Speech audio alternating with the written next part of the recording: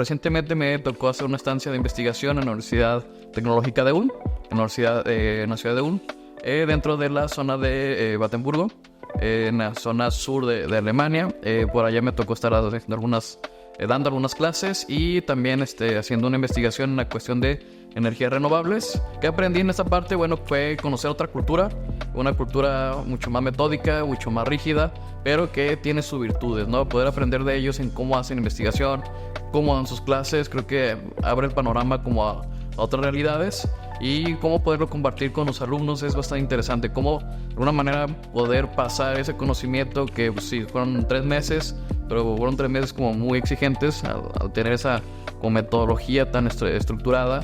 Nos ayuda como a tener esa visión también hacia los alumnos, ¿no? Cómo podemos transmitir mejor los conocimientos y cómo puede funcionar también ese tipo de metodologías, cómo ese tipo de forma de pensar hacia los alumnos y en la forma de dar clases.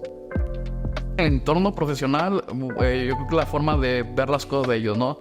Un proyecto que yo lo consideraba muy pequeño, ellos tienen como esa magnitud de ver hacia dónde puede llegar y cómo irlo creciendo, ¿no? De repente iniciamos con un pequeño proyecto que fue identificación de modelos de inteligencia artificial para poder generar toda la parte de predicciones, cuestiones de estilo para energías renovables, y de ahí fue como que, ¿sabes qué onda? Ya lo vimos, ahora este pequeño proyecto lo hacemos grande, hacemos un dispositivo que nos ayude a esto. Entonces, como tener esa visión macro para pequeñas cosas es bastante interesante, ¿no? Como de algo tan pequeño pueden generar bastantes puede ser proyectos afines. Entonces, como que esa metodología de decir, ok, sí, hay algo funcional en esto y cómo lo hacemos de una manera macro que puede ayudar muchísimas más personas.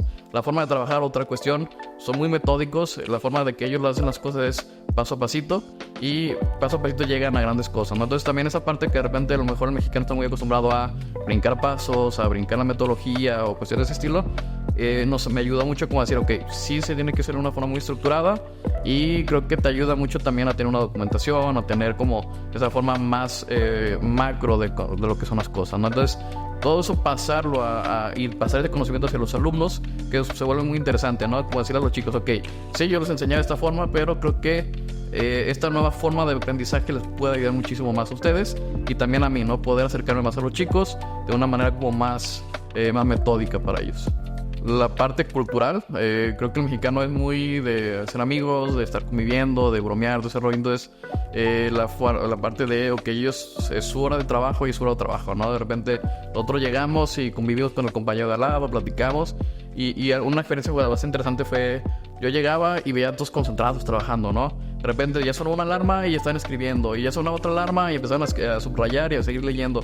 Entonces como que esa forma de trabajar fue bastante chocante conmigo, porque de repente yo llegaba, volteaba a los lados y era como de, híjole, ¿y qué hacen, no? O sea, trabajamos, yo también trabajo, pero pues no conviven, no, o sea, hay ciertos tiempos para convivir. Entonces de repente llegaba a las 12:30, 1 hora de comida, iban todo el cubículo a comer, ahí convivíamos, era como la zona de convivencia.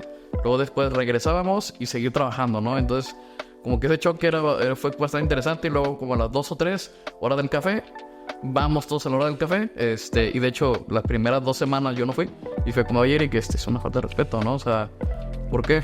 Pues porque al final de cuentas esa hora del café es para convivir. O sea, lo que no hacemos en la hora de trabajo lo hacemos como en ese tiempo. Entonces como que esa parte del choque de forma de trabajar fue bastante interesante y bastante complejo en primera instancia. Bastante, o sea, creo que el poder hacerlo, sobre todo las relaciones que tienes, el contacto, la experiencia que te da, el estar allá solo, de repente sí te da como esa cuestión de, pues, ¿qué más puedo hacer, no? O sea, realmente era interesante porque tú llegabas, por más que era una cultura y que tenías a varios compañeros, te sentías solo, pero tienes que aprender, y el aprendizaje como a convivir con diferentes culturas creo que es bastante enriquecedor.